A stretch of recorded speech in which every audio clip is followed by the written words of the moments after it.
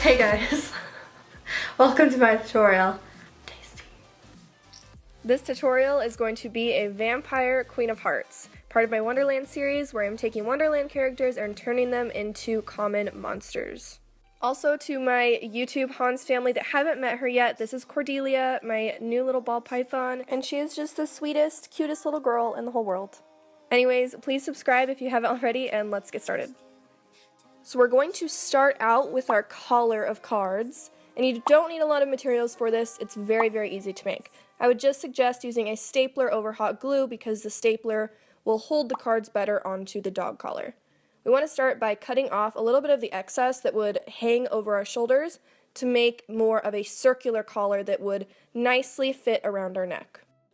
Starting at the top of the collar, because I want it to cascade downwards in kind of a ruffle appearance, I'm going to go from red to black to red to black. Obviously switching between hearts and diamonds and spades and clubs. Go all the way to the middle and then switch to the other side because basically we want these cards to ruffle towards the middle and then meet there. When you get to the middle, put a card on top of both sides. Then just start layering the same way you did before and make sure that the cards stick out just a little bit and so that you can see every single number and if it's a king or queen, just so that you get this nice beautiful effect. I left some space open by my neck just because I ran out of cards, so you're welcome to go all the way around. For the makeup, I did glue down my brows, and I'm starting with a land shark and lime because it's classic. This is what I started drinking beer on. Coffee just wasn't strong enough today, you feel me? For foundation today, I am using the Too Faced Born This Way and going to conceal with the NARS Chantilly Creamy Concealer. We want to go full coverage on this, and for the brows, I did opt out for a cream-based foundation just because it's going to sit in the hairs and conceal them very nicely. Buff this with downward circular motions into your skin, and then we are going to add a ton of concealer in all of our highlighting spots. When I think of a vampire, I think of them having this beautiful marble skin, so I gotta conceal all my texture and acne spots and everything else. Set that with a little bit of loose powder, and then we're going to be using this Morphe 35N palette.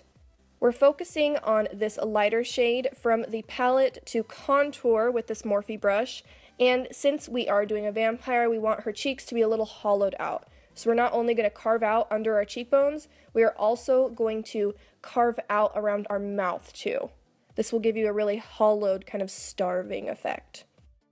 These shadows are very pigmented, and everyone's always obsessed that for 35.0, but man, this 35N, I don't know, I'm feeling it.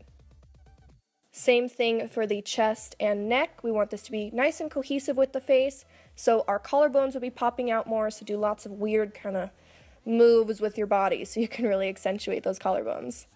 Switching now to a little bit of a darker, cool-toned brown, I am going to intensify and darken these shadows.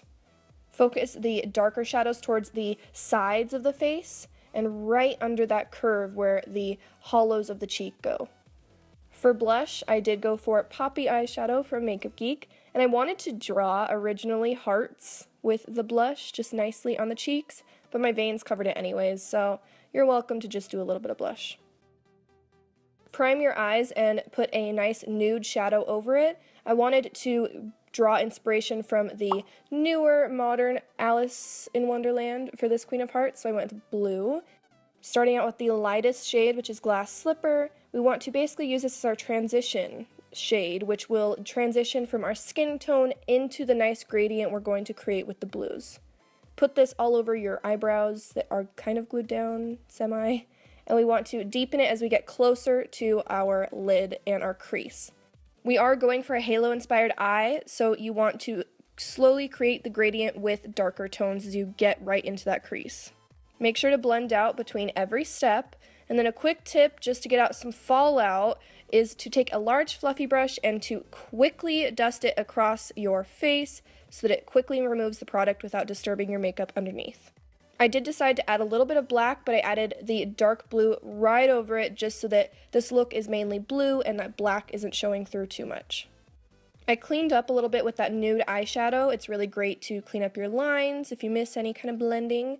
And then going in for a wing liner with this NYX liquid liner. This isn't super matte, it will look a little shiny still, but I was cool with it. Liquid liner is my favorite to create wings. It's so easy to use, to me at least, and it really gets that sharp look. I always like to draw it out and then slowly build it up as I go. I also added a little bit of black to bring in a little bit more of that vampy feel to connect the liner into the blue. Drink more of your land shark, cause fuck yeah. And then coat your lashes with a little bit of mascara, and I popped on these lashes from Sugar Pill. Also, goddamn, I can see where it's sticking off of my eye a little bit. Whatever, just ignore that. Still taking some inspiration from the modern day Queen of Hearts, I drew in some badass chula brows over top my actual eyebrows. I'm a little Weta, so I can't really pull them off, but you know, I can still appreciate them. Switching now to this light cream-based color from Mayron and blue mixed together to get a very nice light blue for the veins. I wanted to draw them under my eyes. You can use a reference picture. I mainly just looked up Vampire Diaries, vampire under eye veins, and just used those as a reference. Have most of the larger portions of the veins right under the eye, and you will then want to have them branch out and start to really cascade smaller towards your cheeks. Cream-based paints are best for this because if you tap them a little bit, they'll lighten up, or if you use your kabuki brush just to add a little bit of leftover foundation on top of them, it will mute them down to make them look a little more under the skin. I would suggest using cream paints most definitely because they don't set, so you can easily blend them out. Going back to the Morphe palette, we want to use these purple-based tone shades that are kind of darker and to shade underneath the veins. Since the veins are three-dimensional and popping from our skin, they would have some shadow just to make them look a little more realistic. Start really, really light and bring the shadow a little bit onto the veins themselves since they do curve.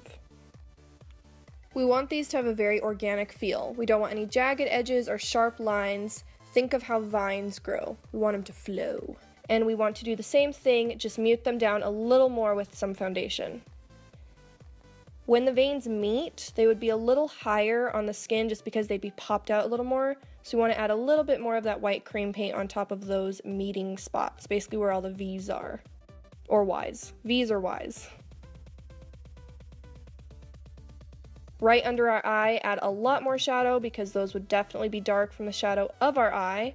And add some foundation to our lips, and then using Outlaw and Vampira from Kat Von D, we want to create the cute little heart shape that she has on her lips. I'm starting out with the bright red and overlining my lips just a little bit to get this perfect shape.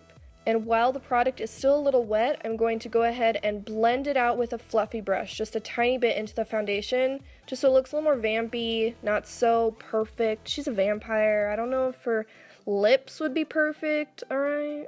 Add a little more red to make up for the color that you did blend out, and add a little bit of darkness towards the center of the lips to help it look like blood. Her eyes just weren't cutting it for me. They weren't angled enough, so I added a little bit of wing in the inner corner of the eye. Add a little bit of coagulated blood. This is basically syrup-based blood that will stay mainly in place wherever you put it for some drips coming down, because she just ate some bitch. And draw a little heart mole in place of, well, where my beauty mark is. But you could do this wherever you want on your face. As for the costume, I safety pinned the collar to my dress through the holes that were still there, which was so easy to do and it stayed really well. And then I just mixed a few pieces that I had already at home and bought a couple to match.